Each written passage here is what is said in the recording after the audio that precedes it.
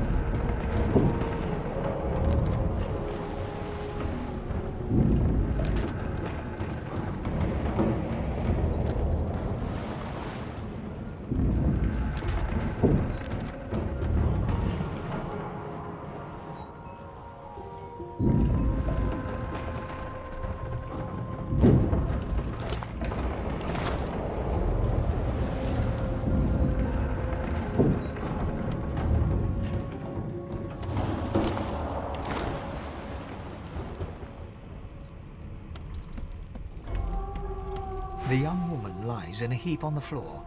She's breathing normally, but her eyes are wide open, like those of a corpse. Dark, greyish-black clouds swirl through them.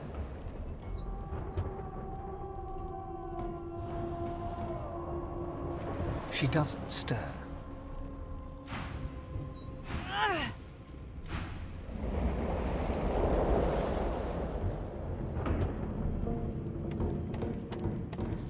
The dwarf lies in a heap on the floor, his great beard twisted and tangled around him.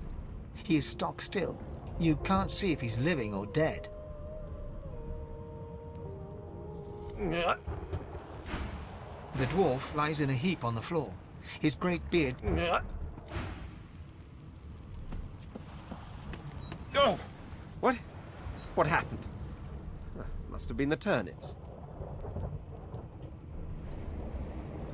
You dare strike a royal? Ooh! The lizard's eyes close as he slips into unconsciousness. You shake the lizard by the shoulders, but you're unable to wake him up.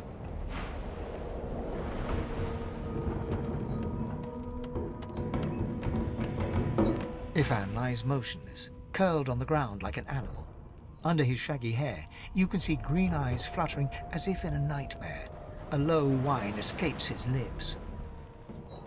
His eyes flicker open, but he doesn't register your presence at all. Lucien. Lucien. Ifan cries out, then his eyes fall closed again.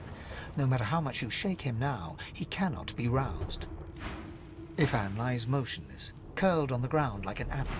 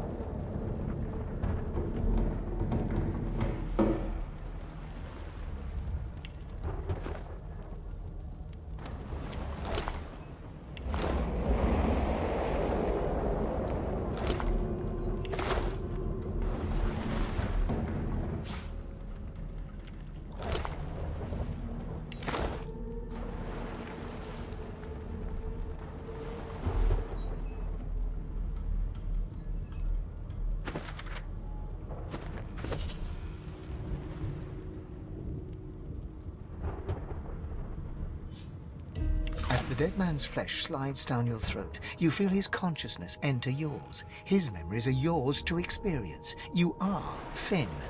Your heart is heavy. You know too much. It's all too much. You met him. A bright light blinds you, then fades. You feel a tremendous power in your hands, but they are shaking so hard you can barely use them. Suddenly you're on this very ship, crouched in a corner, hugging your knees. A figure approaches, an older woman. Her eyes are kind. She comes closer. She says she wants to talk. She reaches a hand toward you.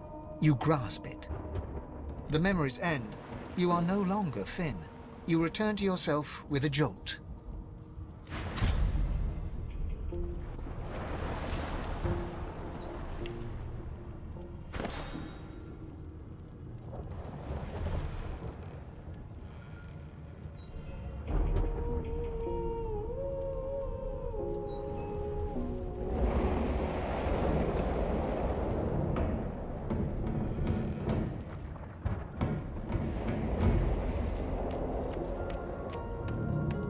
The Magister lies on the floor, unconscious and bleeding from a dire-looking wound. The Magister lies on the floor.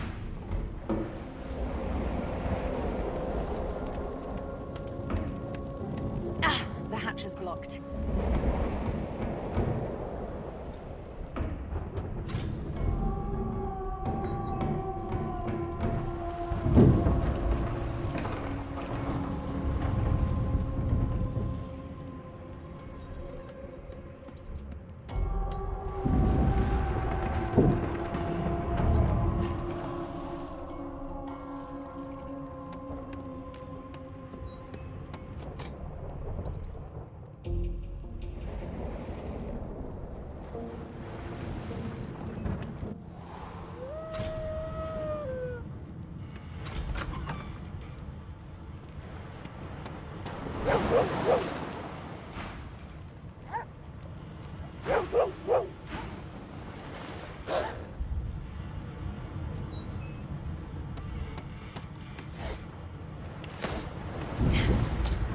That doesn't bode well.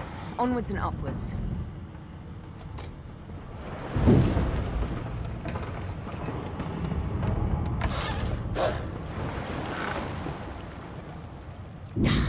Not long before this thing snaps into splinters.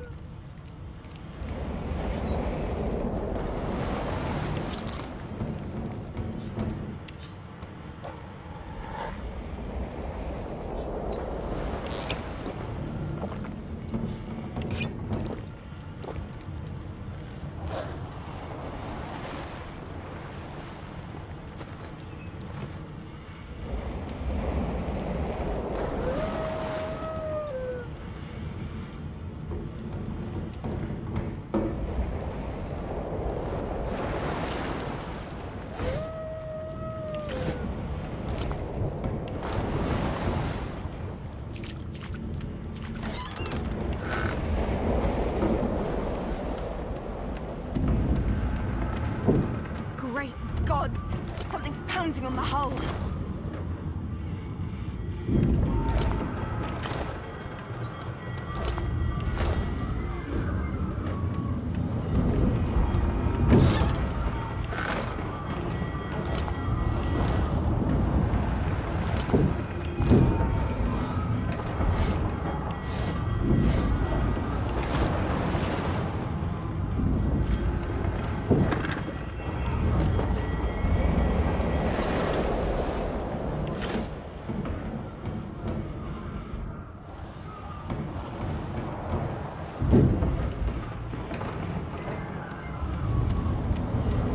The marking on the door was painted recently, judging from its pungent scent.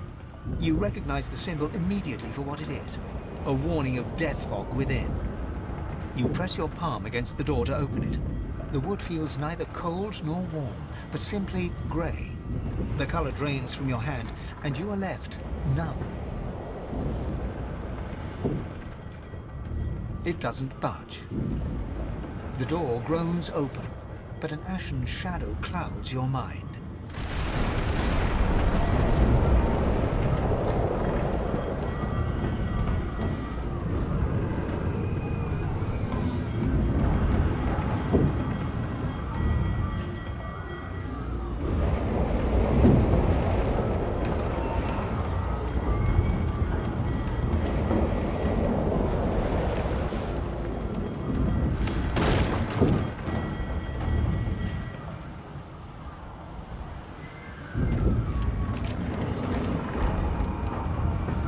Pass through the door and are suddenly face to face with an undead. His skull is bizarrely angular, and a glorious jewel sits in the middle of his forehead. The skeleton is quickly leafing through a volume of Cranley Hubert's famous encyclopedia, muttering to himself. No, no, no! What damn fools record knowledge on a pulped tree? It catches fire, it turns into must when wet. It cannot even resist acid. No wonder they're so bloody ignorant. The skeleton looks up and notices you for the first time. Oh, it's you. Shouldn't you be running and screaming or some such?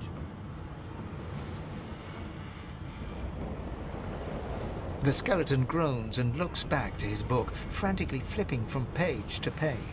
Yes, indeed. It's the look of someone that wants to read the bloody book he's holding. Now, if you're really quite finished, I believe you have lifeboats to flee to. Please, I was no more an elf than you are those rags you're wearing. I had a mask, rather ingeniously designed, which allowed me to take that primitive form. A mask that was stolen by that damned witch after her little scene. Still, she'll drown with the rest of these fools, and I will simply pluck my mask from her cold, dead hands.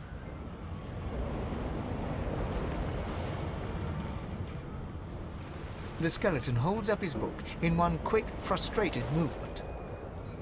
I am trying to discover if there is anyone worth saving, and I will be damned if I let the lives of some mayflies get in my way. Go on, go, swim or drown or do whatever takes your fancy. I have a book to read. Please, my time is short, although yours, I gather, is infinitely shorter.